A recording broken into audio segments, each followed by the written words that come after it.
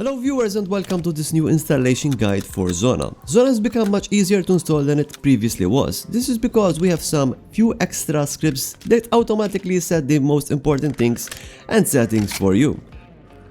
You will need about 60 GB of free space on your drive to install everything. Zona is only 40 GB, but with Anomaly it will be a little bit bigger.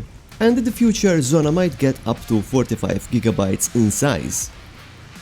Before you start, you need to download all the things that make Zona run. If you go to our Discord server, you will find this install Zona guide channel with all the links that you need. You need to download Stalker Anomaly 1.53. Then you also need to download the modded exe files for DLTX to work.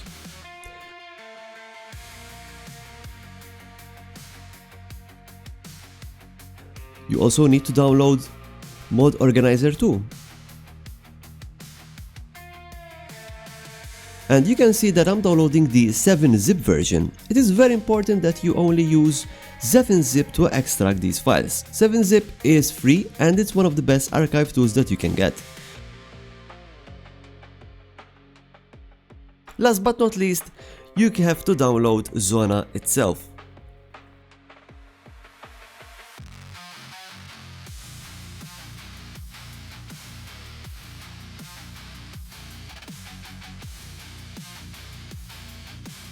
If you're getting blocked by Google, make sure to follow these steps by writing !G drive anywhere in our Discord server. This will guide you to a way to download Zona without any issues.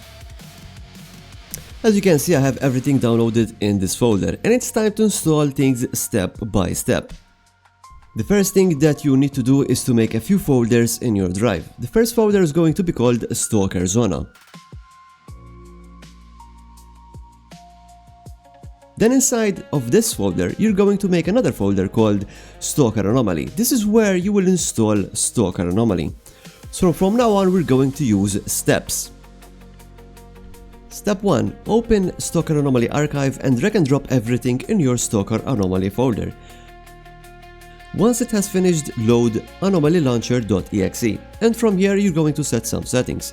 I recommend you to enable prefetch sounds from the launcher, as it can help users get better FPS during firefights. I'm also going to enable debug mode for testing purposes.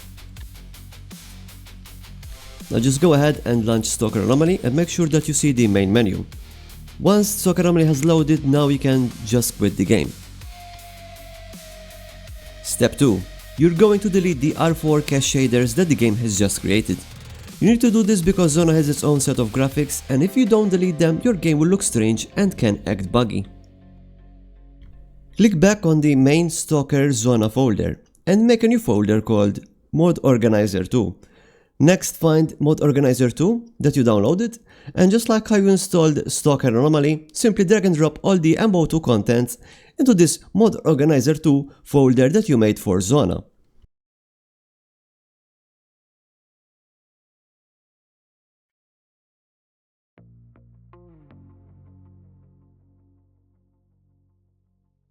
Before you load Mod Organizer 2, make sure that you're running it in administrator mode. Now load Mod Organizer and let's set it up. It will ask you to create a new instance. It will ask you if you want a global or portable instance. Always choose a portable instance. Then press the blue arrow browse icon and locate your Stalker Anomaly folder and press select folder. It will also show you some extra profile settings. Make sure to turn all of these options off. Now it will ask you where you want the mods to be. I like to place them directly in the Mod Organizer 2 folder. Your path should look very similar to mine. You can check that you have done everything correctly by checking the path for Stalker Anomaly and the path for Mod Organizer. Notice that when you finish setting up Mod Organizer 2, it will create these two new folders. One is called Mods and one is called Profiles. This is where you need to put the files for Zona. But before we do that, set Mo2 to load DX11 Avx and then close Mo2. Step 3. The last step is quite easy. Open Zona Modpack archive file. Go back to your Mod Organizer 2 main folder and then select Mods and Profiles and drag them into your Mod Organizer 2 folder. Make sure to press yes and overwrite any files that it asks you. You can check the file size and file count of the mods that you have installed and compare them on the installation guide.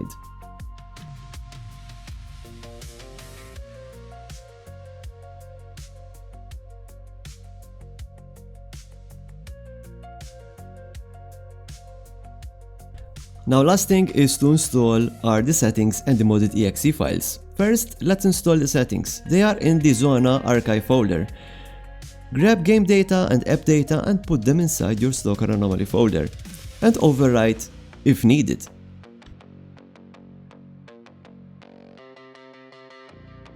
Last but most important step is to install the DLTX modded exe files. Same as before, just open up the modded exe files, drag them and drop them into your Stalker Anomaly folder and make sure to overwrite everything. Now you can load Mod Organizer 2 again and select a profile. Zona has two profiles.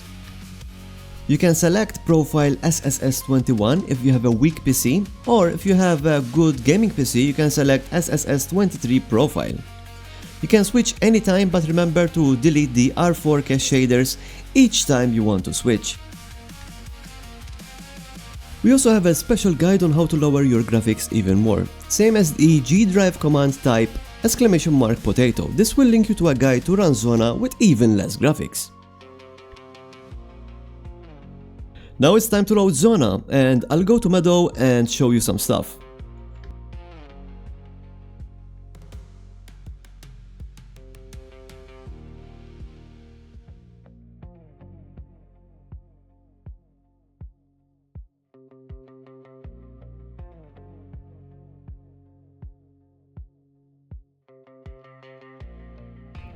So here we are. I actually made my settings for the indoor lighting very dark right now, as you can see. This is on purpose. I just want to show you how you can actually change all of these brightness without, going to settings and basic light settings here. So if you go here, you can see that everything is on 1. And if I press my tilde button, which is next to my 1, I can open up my console and type Lumscale, right? Now Lumscale has three options. We have one option which is Hemi. Hemi is basically shadow darkness, right? So right now shadow darkness is very dark. Lower Hemi is darker shadows, higher Hemi is lighter shadows. So I'm gonna go with 1 here, and you can see that when I go from 0.5 to 1, if you look at the grass, it is a lot less dark. So that's one setting that you can use. Now if you go back to our three options, we also have Lumscale Ambient, and this is the interior ambient light, right? Higher is lighter and lower is darker. So I'm gonna go with 1.5, and you can see that inside now I can actually see, and I can go even higher if I want to. Let's go 1.75, and you can see now I can actually see inside. If I lower it again, let's go 0.3, which is very dark. You can see it's super dark. So you don't need to change your brightness or anything. And then the last thing that we have, and this is the sun, is Sun Lumscale.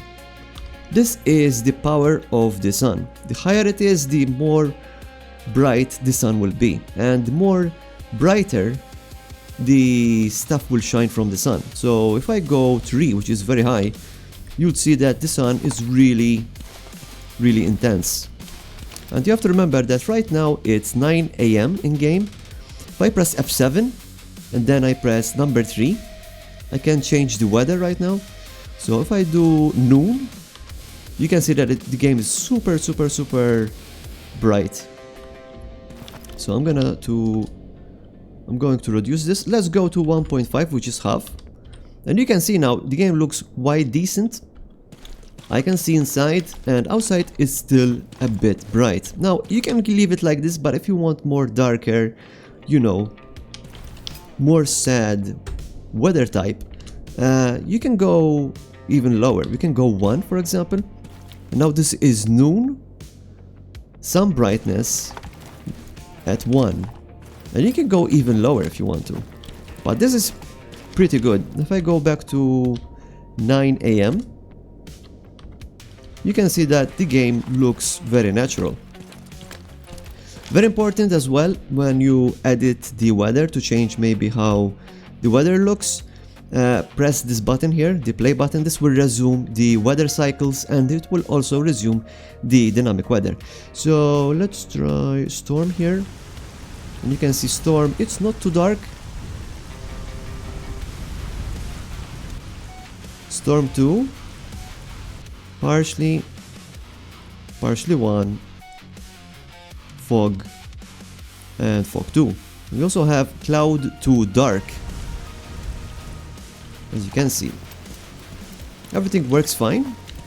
Nothing is too dark, nothing is too bright. And everything is smooth. Another thing that you might want to check are the Zona default keybinds. We have a special channel on our Discord server just for this. At the end of this video, you can select the gameplay guide video and learn how to play Zona. Hope this helped you install Zona, and don't forget that you can come to our Discord server and ask us for help there. Thank you for watching, and I'll see you in the next video.